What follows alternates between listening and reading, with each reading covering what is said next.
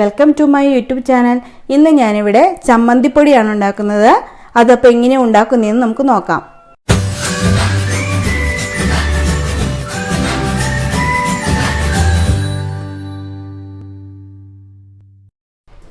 ഞാനിവിടെ അത്യാവശ്യം ഒരു വലിയ തേങ്ങ ചിരകി എടുത്തതാണിത്.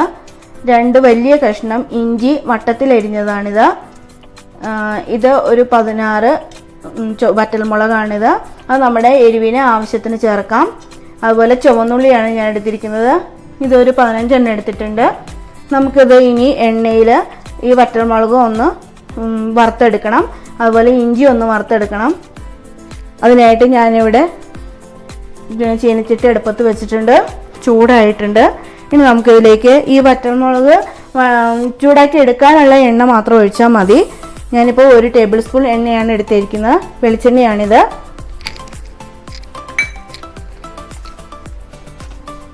ഇതിൽ നമുക്ക് ഈ മുളക് ഇട്ട് വഴറ്റിയെടുക്കാം. ഒന്ന് നിറം മാറുന്ന വരെ നമുക്കൊന്ന് വഴറ്റിയെടുക്കണം.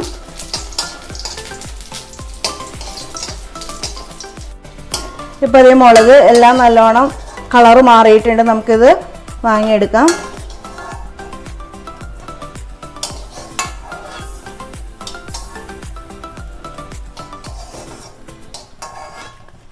ഇതിലേക്ക് ഇഞ്ചി ഇട്ട് കൊടുക്കാം.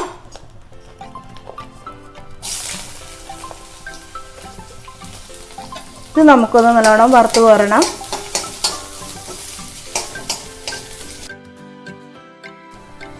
അപ്പോൾ നമ്മുടെ ഇഞ്ചി നല്ലോണം മൂത്തിട്ടുണ്ട്.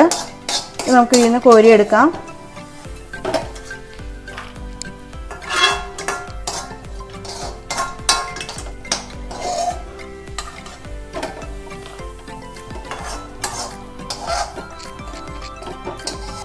ഇനി നമുക്ക് ആ ചീഞ്ചട്ടിയിലേക്ക് തന്നെ തേങ്ങ ഇടാം.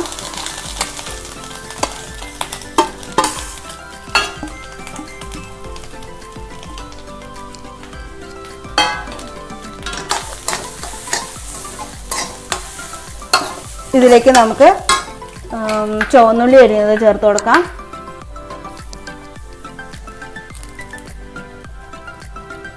കറിവേപ്പില ഒരു 6 തണ്ട് ഞാൻ എടുത്ത് വെച്ചിട്ടുണ്ട്. അത് നമുക്കിതിലേക്ക് ചേർത്ത് കൊടുക്കാം.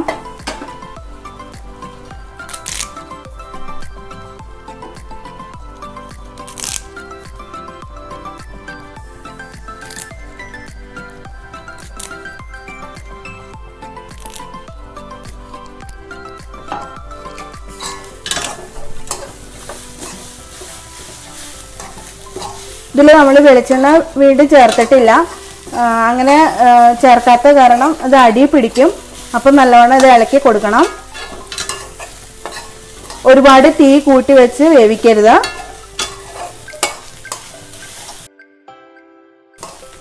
നമ്മളിതിൽ അധികം എണ്ണ ചേർക്കാത്തത് ഇത് നമ്മൾ ചമ്മന്തി പൊടി ഉണ്ടാക്കുവാണല്ലോ. അപ്പോൾ അന്നേരം അത് ചമ്മന്തി കുഴഞ്ഞു പോകും. അപ്പോൾ അത് കാരണം കൊണ്ടാണ് നമ്മൾ എണ്ണ അധികം ചേർക്കാത്തത്.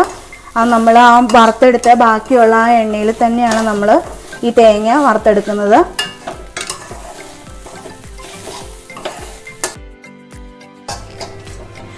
അപ്പോൾ നമ്മുടെ തേങ്ങ അത്യാവശ്യം മൂത്തിട്ടുണ്ട്. ഇനി ഇതിലേക്ക് നമുക്ക് പുളി ചേർത്ത് കൊടുക്കാം. വാളംപുളി ഇത്രയാണ് ഞാൻ എടുത്തേക്കുന്നത്. നമുക്കിത് ചെറുതായിട്ട് ഇതിലേക്ക് ചേർത്ത് കൊടുക്കാം. ചെറുതാക്കി ചേർത്ത് കൊടുക്കണം. ഇനി നല്ലോണം ഒന്ന് ഇളക്കി കൊടുക്കുക. അപ്പോൾ ഇത് നല്ലോണം മൂത്ത് വന്നിട്ടുണ്ട്. ഈ തേങ്ങ വറുക്കുമ്പോൾ ചെറു തീയിലായ കാരണം കുറച്ച് സമയം എടുക്കും വറുത്ത് വരാനായിട്ട്. നമുക്കിതിലേക്ക് മല്ലിപ്പൊടി ചേർത്ത് കൊടുക്കാം. ഒരു 1/2 ടേബിൾ സ്പൂൺ മല്ലിപ്പൊടി ഞാൻ ചേർത്ത് കൊടുക്കുന്നുണ്ട്.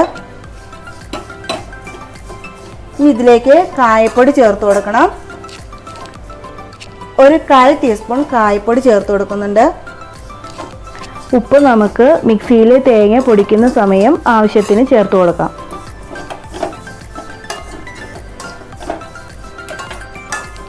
ഇത് നമുക്ക് തീ ഓഫ് ചെയ്യാം.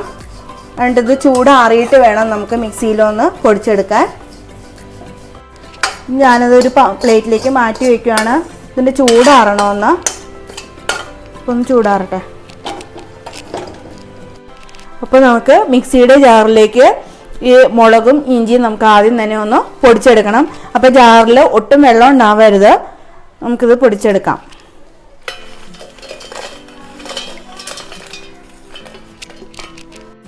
അപ്പോൾ അത് ഞാനിത് മിക്സിയിൽ നല്ലോണം പൊടിച്ചിട്ടുണ്ട്. നമുക്ക് തേങ്ങ ഇട്ടൊന്ന് പൊടിച്ചെടുക്കണം.